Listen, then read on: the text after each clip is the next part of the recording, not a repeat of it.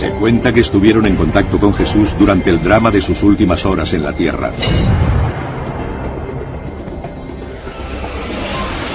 El cáliz utilizado en la última cena. El velo que enjugó su rostro. Clavos de hierro que atravesaron su carne. Fragmentos de una cruz de madera. Una corona de espinas. Un tosco letrero. La punta de una lanza. Una mortaja.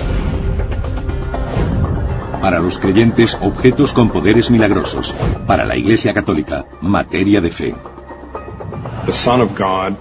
El Hijo de Dios murió en la cruz, y los instrumentos de su tortura y muerte se han convertido en instrumentos de salvación para el mundo. Restos materiales de la ejecución más infame de la historia. Pruebas forenses que relatan la muerte de un Mesías. Para los creyentes irradian un misterio impenetrable. Esas imágenes, inexplicables hoy, lo eran aún más hace 400 o 1000 años. Poseen un poder imposible de describir. Hay un gran número de casos en los que las reliquias fueron llevadas al combate como talismanes para ganar la batalla. A algunos se les atribuye milagros, a otros el posible origen de desastres. Ahora las reliquias de la pasión de Jesucristo cuentan sus historias.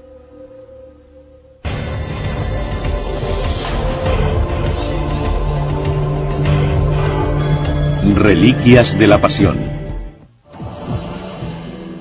En Taxco, México, los fieles arrastran cadenas para sentirse más cerca de su Salvador, sintiendo el dolor que Él soportó.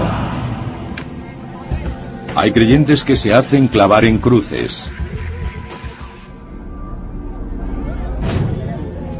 En Filipinas, los devotos cargan con pesados haces llenos de espinas y se flagelan con azotes erizados de puntas. En San Antonio, Texas, los creyentes recrean los momentos finales de su Señor.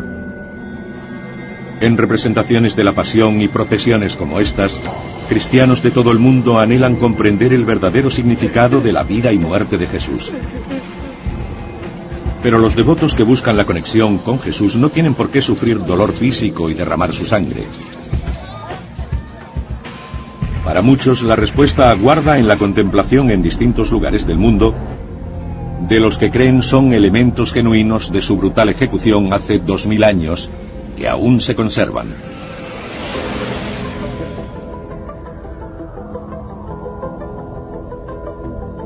La Basílica de la Santa Cruz en Jerusalén, de Roma, se remonta al siglo IV.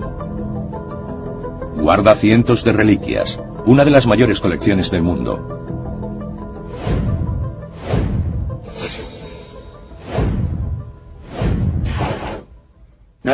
Hemos visto a personas que no habían pisado una iglesia en 30, 35 o 40 años y que se deshacían en lágrimas reconociendo su incredulidad ante el Señor. Cuando se encuentran en la capilla con esas reliquias, su fe parece revivir.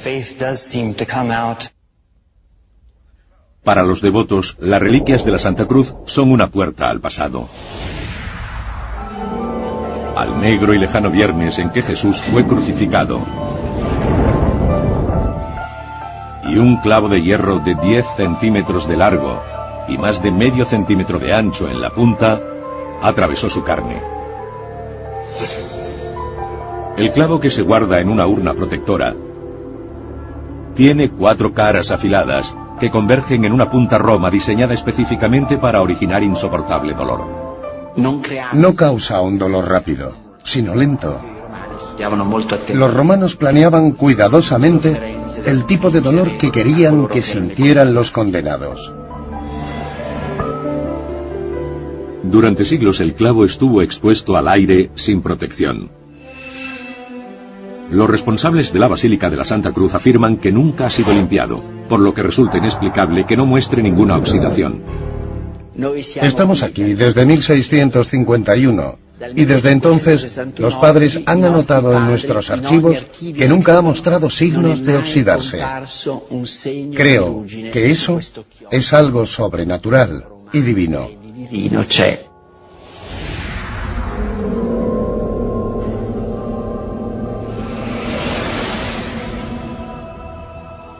También en la Basílica de la Santa Cruz se encuentran estos fragmentos de madera protegidos por una caja con forma de cruz, y que se dicen procedentes de la cruz en la que Jesucristo murió. Cada uno de los fragmentos mide más de 7 centímetros de largo por 1,5 de ancho. Otras iglesias también afirman poseer trozos de la cruz, y se conservan por todo el mundo más de 10.000 fragmentos. Pero Santa Cruz acoge una reliquia que los fieles solo pueden encontrar allí.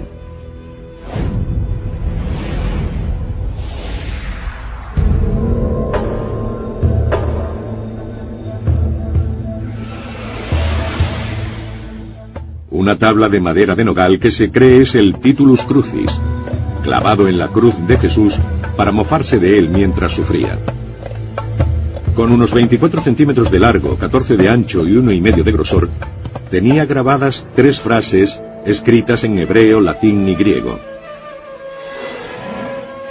Aún conserva restos de la frase Jesús de Nazaret, Rey de los Judíos. Como todas las reliquias de madera de Santa Cruz, el Titulus ha sufrido importante desgaste con el paso de los siglos.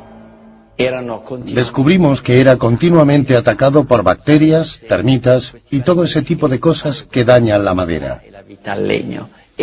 Acudimos a una serie de expertos y científicos que nos recomendaron controlar las reliquias durante un año para conocer las condiciones reales. En 2005 los responsables de Santa Cruz cerraron la basílica al público y limpiaron las reliquias. Con la recomendación de expertos científicos y la aprobación del Vaticano, las sellaron herméticamente entre cristales. Solo un grupo de expertos tiene permiso para abrirlas una vez al año y comprobar las condiciones de las reliquias. De otro modo, no tendría ningún sentido abrirlas, ya que el propósito es protegerlas del polvo o de cualquier tipo de ataque a la madera. ¿Cómo llegaron estas reliquias a Santa Cruz? Es una historia no menos milagrosa que los propios objetos.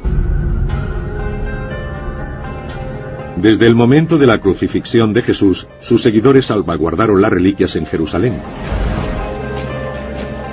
En torno al siglo III, Roma llevaba a cabo una brutal campaña de persecución contra los primeros cristianos.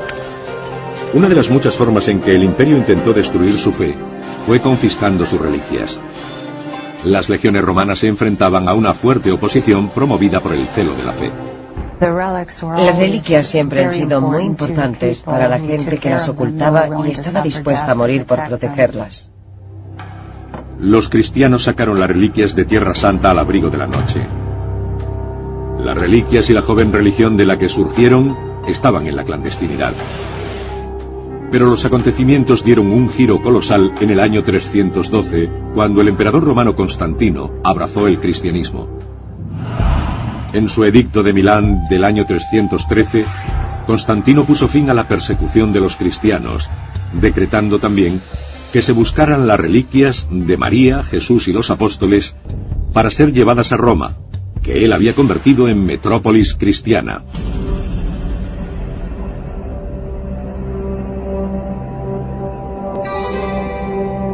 Lo que sucedió a continuación se describe en documentos del siglo V que la mayoría de los estudiosos consideran una mezcla de ficción y realidad. Según esos documentos, Constantino encargó la formidable misión a su madre, Helena, de 80 años. Su viaje por mar, desde Roma a Jerusalén, abarcaba más de 2.300 kilómetros. Los cristianos de Jerusalén sabían anticipadamente de su llegada porque la peregrinación fue muy publicitada, si es que cabía decir eso entonces. El Jerusalén que esperaba a Helena aún se recuperaba del saqueo y la profanación romana. El emperador Adriano había sofocado una revuelta y en un intento de borrar todos los referentes judíos de la ciudad, también había destruido los santos lugares cristianos. construyó un templo a Venus en el lugar donde supuestamente había sido crucificado Cristo. Tras la llegada de Helena a Jerusalén, los cristianos la condujeron al templo. Ella entró en aquel templo de Venus con el obispo de Jerusalén, Macario, y por cierta inspiración o visión milagrosa dijo: aquí es donde debemos empezar a cavar.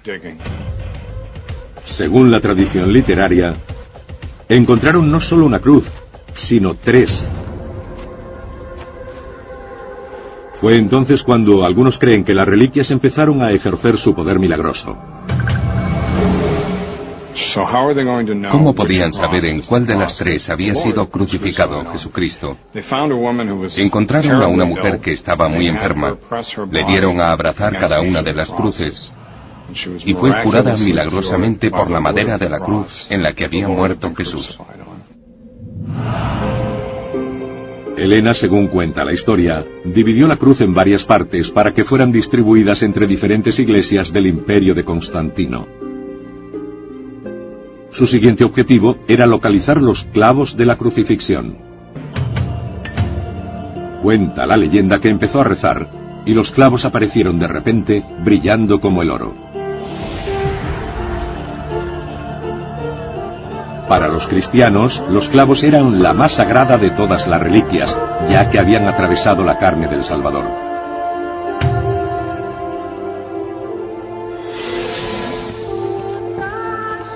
Helena esperaba que su hijo Constantino se beneficiara de su poder sagrado. Fue idea de Helena coger algunos de esos clavos y colocarlos en su casco, como una especie de protección espiritual para él. También colocó uno en la brida de su caballo. Muchos jefes militares siguieron el ejemplo de Constantino, buscando aprovechar el supuesto poder de las reliquias. Hay un gran número de casos en los que las reliquias fueron llevadas al combate como talismanes para ganar la batalla. Una especie de armas mágicas, si lo prefieren. Cumplida su misión, Helena dejó Jerusalén en el año 327 con destino a Roma, pero no sobrevivió al viaje. Algunas de sus reliquias, sin embargo, sí que lo hicieron, y fueron guardadas en su palacio romano, que posteriormente se convirtió en la Basílica de la Santa Cruz. Con el paso de los siglos, el atractivo de las reliquias de Helena nunca ha disminuido para los fieles, quienes tampoco ponen en duda su autenticidad. Y solo pueden ser genuinas si la historia de Helena es cierta, un relato apoyado por escasas pruebas. Toda la historia es sospechosa, y ningún contemporáneo hace mención de los descubrimientos. Además, la historia mejoraba cada vez que era contada. Se trata de una leyenda infundada que no hay que tomar en serio. La datación por carbono 14 hecha al Titulus ha confirmado tal escepticismo. Los resultados sitúan su origen en la Edad Media. Hasta ahora la Iglesia no ha accedido a las peticiones de los científicos de analizar la cruz o el clavo. El poder de una reliquia, por supuesto, tiene mucho que ver con la creencia en su autenticidad. Tal es el caso de otra reliquia de la Pasión, considerada tan valiosa que fue utilizada como garantía de un imperio.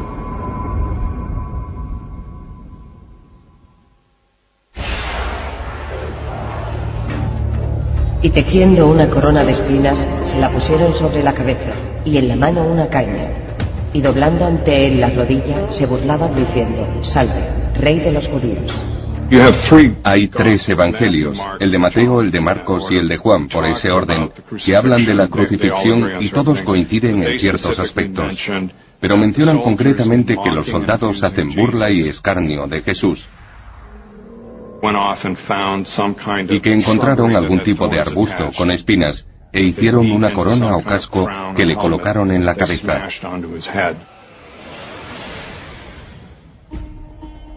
La corona de espinas es una de las imágenes más intensas y la reliquia más persuasiva de la pasión de Cristo. Aunque los evangelios nos hablan de una corona, el rastro de ese aro de espinas teñido de sangre desapareció tras la crucifixión y estuvo perdido durante siglos.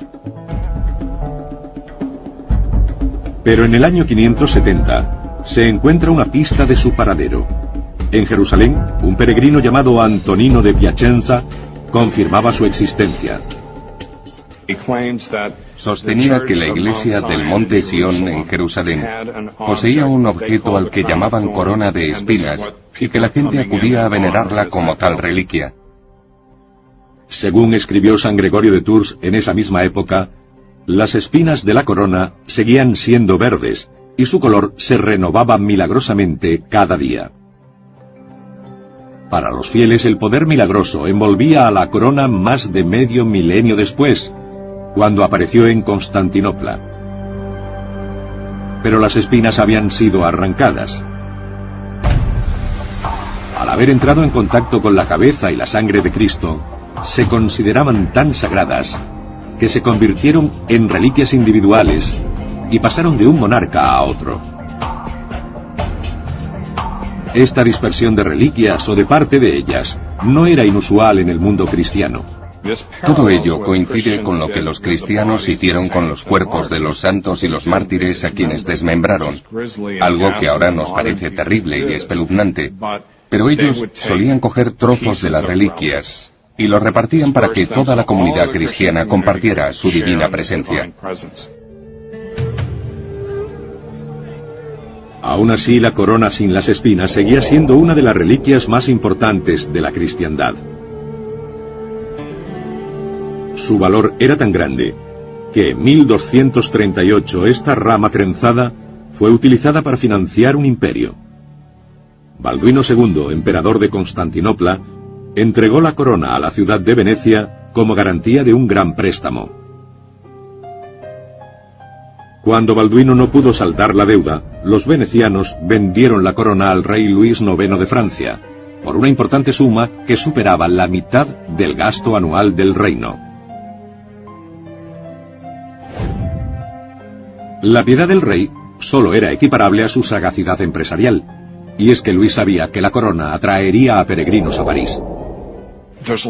Las peregrinaciones movían mucho dinero, pero además estaba el hecho de que la mayoría de la gente era analfabeta, vivía en la pobreza, carecía de la medicina moderna y de todo aquello en lo que podemos confiar cuando estamos enfermos o tenemos miedo.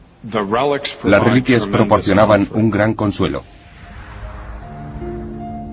Luis colocó su recién adquirida corona en la Sainte-Chapelle, o Santa Capilla, en la Ile de la Cité, en el centro de París. Actualmente la gente rica dona dinero a causas nobles y pone sus nombres a edificios. En la Edad Media, un rey como Luis IX construye una espléndida capilla a modo de escaparate de lo mejor que ofrecía el arte gótico francés. Durante la Revolución Francesa, la corona de espinas fue sacada de la Sainte-Chapelle como medida de prevención y guardada en secreto en la Biblioteca Nacional. En 1806 fue depositada en la Catedral de Notre Dame, donde aún se conserva. En 1908 unos científicos examinaron la corona. Determinaron que estaba hecha de un arbusto llamado Ziziphus spina Christi, muy extendido en Israel.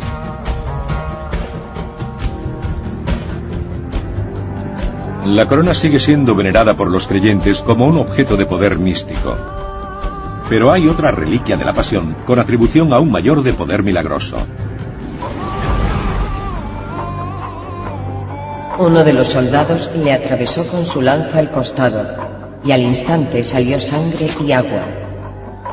El que lo vio da testimonio, y su testimonio es verdadero. Él sabe que dice verdad para que vosotros creáis. Muchos creyeron que la lanza había sobrevivido a los siglos para convertirse en apreciado talismán del primer, segundo y tercer Reich alemán. La leyenda de la lanza cuenta que quien la posea y entienda su poder tendrá el destino de la humanidad en sus manos, para el bien o para el mal. Se dice que la lanza fue utilizada por un centurión romano llamado Gayo Casio Longinos, que atravesó el costado de Jesús. Algunos afirman que se trató de un acto de piedad en un momento horrible, y que Longinos utilizó su lanza para evitar que le quebraran las piernas a Jesús. una práctica brutal destinada a intensificar el dolor y la humillación de la víctima en la cruz. Casio quería demostrar que Jesús no tenía que ser mutilado, y lo hizo clavándole su lanza para manifestar que había muerto. Los creyentes sostienen que Longinos, que apenas podía ver, fue recompensado con un milagro por su acto de misericordia. La sangre corrió por la lanza y llegó a sus manos. Él se tocó los ojos y quedó curado de su ceguera. La historia de este milagro no está en los evangelios canónicos, sino en los llamados apócrifos. Son relatos de la vida de Jesús, María y los discípulos a quienes se atribuye su autoría, que a veces entran en conflicto con el Nuevo Testamento.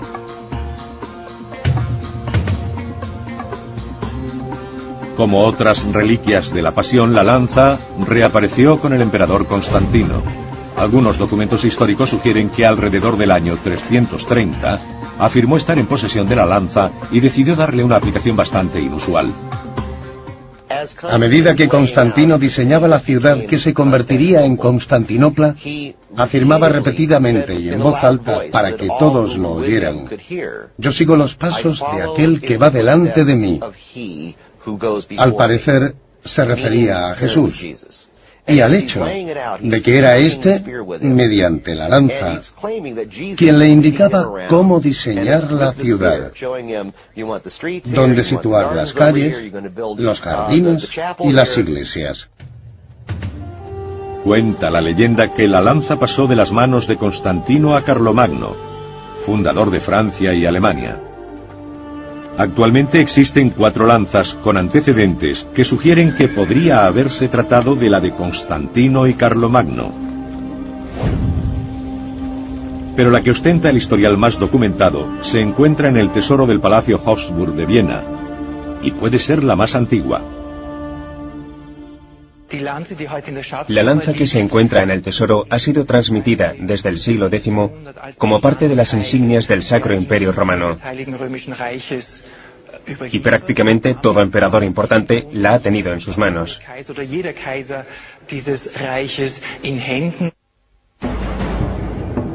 Fue esta lanza la que supuestamente atrajo la atención de un joven artista llamado Adolf Hitler. Algunos historiadores creen que cuando la contempló en 1908, encontró su destino. Tiene una especie de renacimiento mental, con visiones de una vida anterior, y la lanza le revela quién es. Hay quien afirma que la reliquia, que había sido poseída por Carlomagno y los Hofburgs, gobernantes del Primer y Segundo Reich, cayó en manos de Hitler cuando lideraba el Tercer Reich. Una serie de periodistas sostienen que la lanza fue entregada al Führer durante una cena en Viena, 4 días después de la anexión de Austria a Alemania, el 9 de marzo de 1938. Tras la caída del Tercer Reich, la lanza permaneció en el Palacio de Viena. ¿Pero es una reliquia auténtica? En 1993, el doctor Robert Feder, metalúrgico y estudioso de la Biblia, obtuvo permiso para hacer pruebas a la lanza. Concluyó que había sido forjada entre los siglos VI y VII. Por supuesto que esta sea la lanza que atravesó a Jesús es algo secundario. Su innegable poder reside en la creencia que millones de personas le han otorgado a lo largo de los siglos.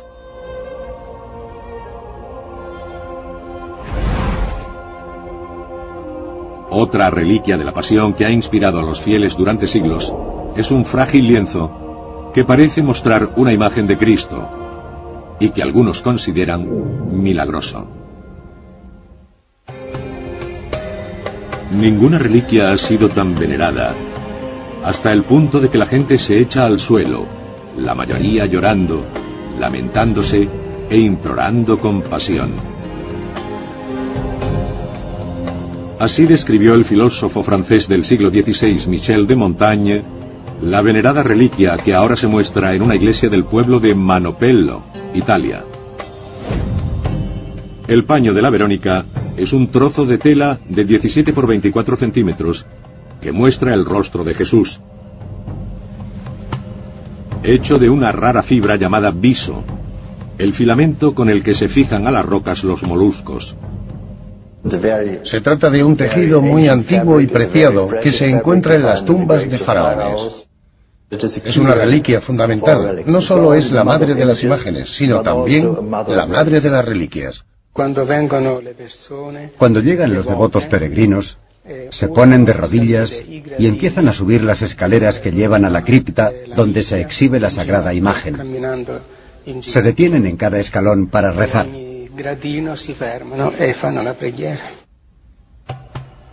La imagen de Jesús que se muestra a los peregrinos cambia dependiendo de la luz que reciba.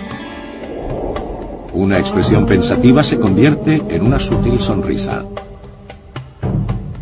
Los fieles creen que este singular retrato es el resultado de un milagro. Un milagro que se produjo cuando Jesús caminaba hacia el Calvario. Según los apócrifos, se encontró con una piadosa mujer llamada Verónica. Sigue a Jesús por la vía dolorosa. Le enjuga el rostro con su velo. Y su faz queda plasmada milagrosamente en la tela. Los apócrifos describen cómo el velo de la Verónica queda imbuido de poderes milagrosos. El mero hecho de tocarlo era suficiente para que los cristianos encarcelados saciaran su sed. Los ciegos recuperaban la vista y los muertos volvían a la vida. Para muchos cristianos, la historia de cómo llegó el velo a Manopello es ya de por sí un milagro. Tras los apócrifos, no hay datos escritos sobre el velo en más de 1000 años. Pero en 1297 unos documentos históricos recogen cómo el Papa Bonifacio VIII dispuso que el misterioso velo con la imagen de Jesús fuera llevado a Roma. Aparece como por arte de magia 1000 años después, y cuando sucede algo así, uno no puede dejar de cuestionarse una serie de interrogantes históricos. Durante más de 2 siglos, la jerarquía eclesiástica guardó el velo en la Basílica de San Pedro. Pero poco después de 1506, cuando se reedificó la basílica para convertirla en el magnífico edificio que hoy conocemos, el velo desapareció. Localizarlo se hizo muy difícil porque los artistas, motivados por su piedad o para obtener beneficio, empezaron a pintar copias por toda Europa. En 1629 el Papa Urbano VIII ordenó la destrucción de todas las reproducciones. Emitió un edicto en el que ordenaba la entrega de todas las copias del velo de la Verónica, excomulgando a aquellos que se negaran a hacerlo. En 1660 el velo que hoy es venerado como auténtico por muchos cristianos apareció en Manopello. Según la tradición, la imagen llegó aquí de forma misteriosa. Un peregrino llegó con un paquete que contenía el velo con la sagrada imagen y se la entregó a un médico. Tras entregarlo, el peregrino desconocido desapareció y no volvió a ser visto. Por ello se argumenta que podría haberse tratado de un ángel.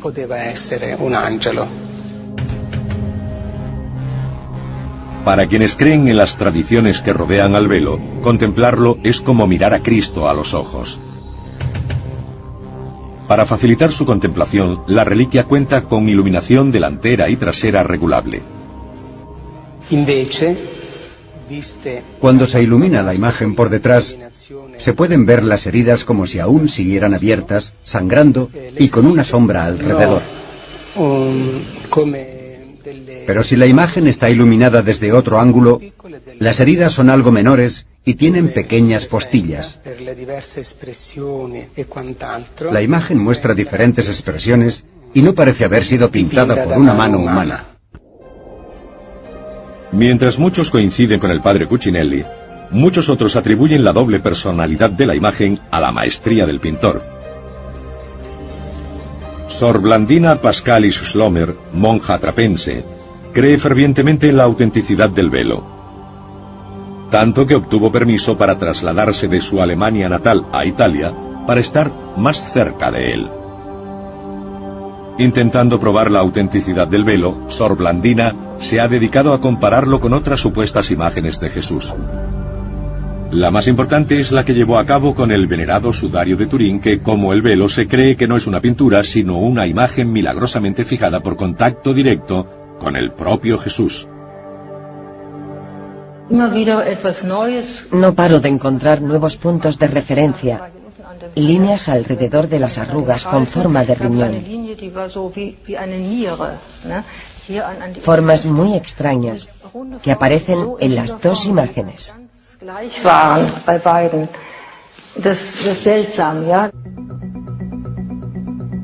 Pero ¿hasta qué punto encaja la imagen del velo con la del sudario?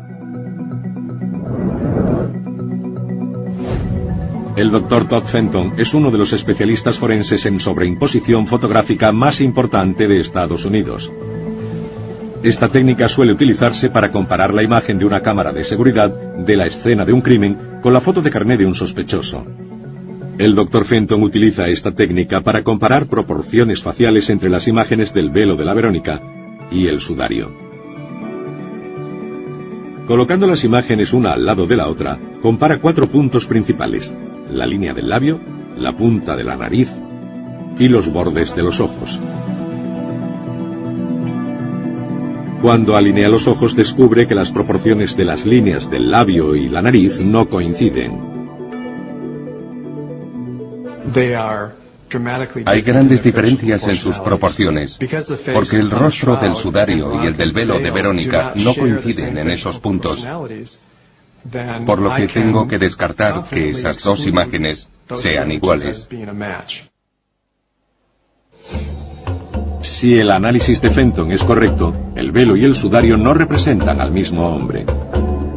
O al menos uno de ellos no muestra una imagen auténtica de Jesús.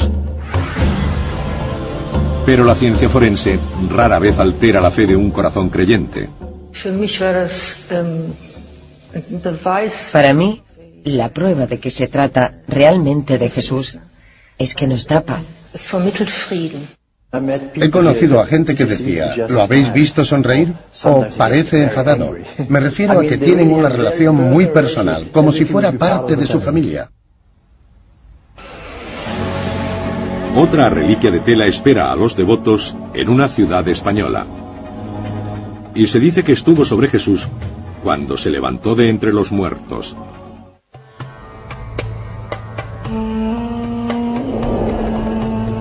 Vio las vendas en el suelo y el sudario que cubrió su cabeza no junto a las vendas, sino plegado en un lugar aparte.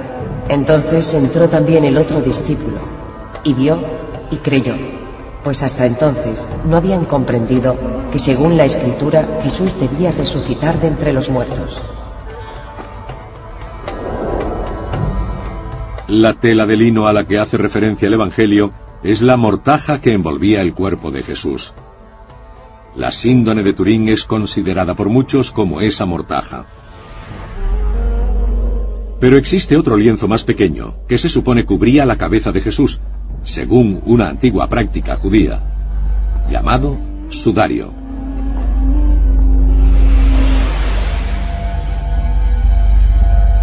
Muchos creen que la tela conservada en la Catedral de Oviedo es el sudario que envolvió la ensangrentada cabeza de Jesús.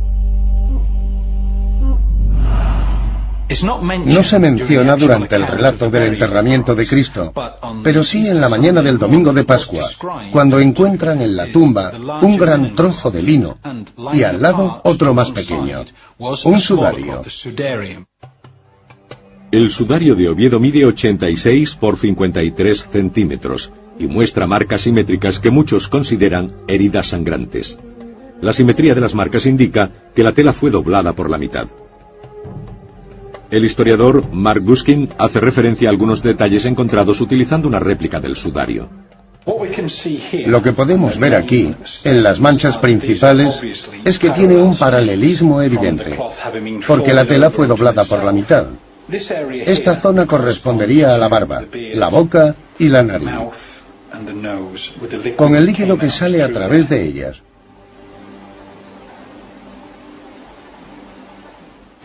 Estas manchas corresponden a la zona de la frente, de cuando el cuerpo yacía en el suelo. Estas de aquí son de sangre, que emanó en vida de heridas provocadas por objetos afilados y perfectamente compatibles con una corona de espinas. Si se colocan sobre las manchas correspondientes de la síndrome de Turín, la disposición es idéntica. Tras la desaparición del cuerpo de Jesús, los historiadores creen que sus mortajas pasaron a manos de quienes querían preservarlas. Y como sucede con otras reliquias de la Pasión, las referencias históricas sobre el sudario no comienzan hasta siglos después de la crucifixión. El primer relato es de Antonino de Piacenza.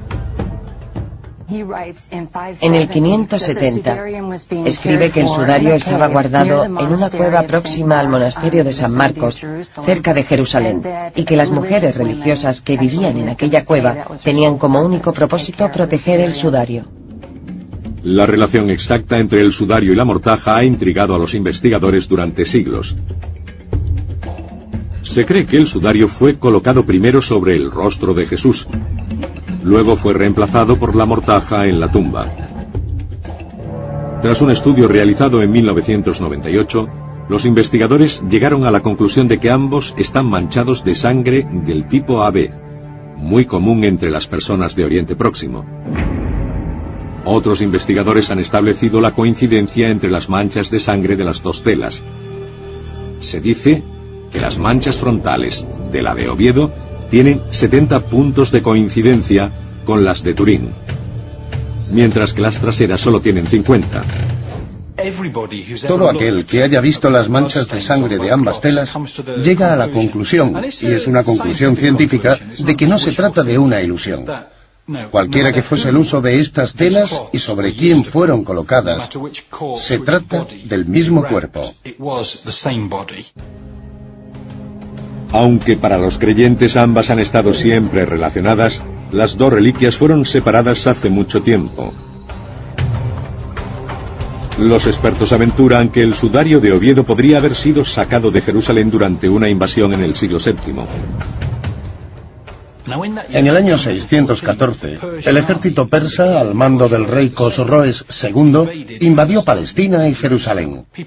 La gente huyó llevándose todo lo que tenía, no solo las reliquias, que eran muy importantes, sino también sus pertenencias personales. Según los relatos históricos, los portadores del sudario tardaron décadas en llevarlo a través de un Mediterráneo en guerra hasta España. Desde entonces permanece en la Catedral de Oviedo.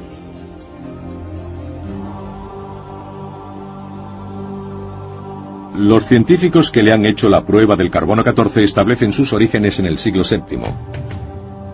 La sábana de Turín fue sometida anteriormente a la misma prueba y se fechó 700 años más tarde. A pesar de los resultados, los creyentes siguen apuntando a una cadena intacta de documentos que detallan el traslado del sudario desde Jerusalén hasta España. Hay que creer la historia del sudario de Oviedo, se sea cristiano, budista, musulmán o ateo, porque está amparada por una serie de documentos. Como ocurre con todas las reliquias de la Pasión, la verdad cambia dependiendo de si uno es creyente o escéptico.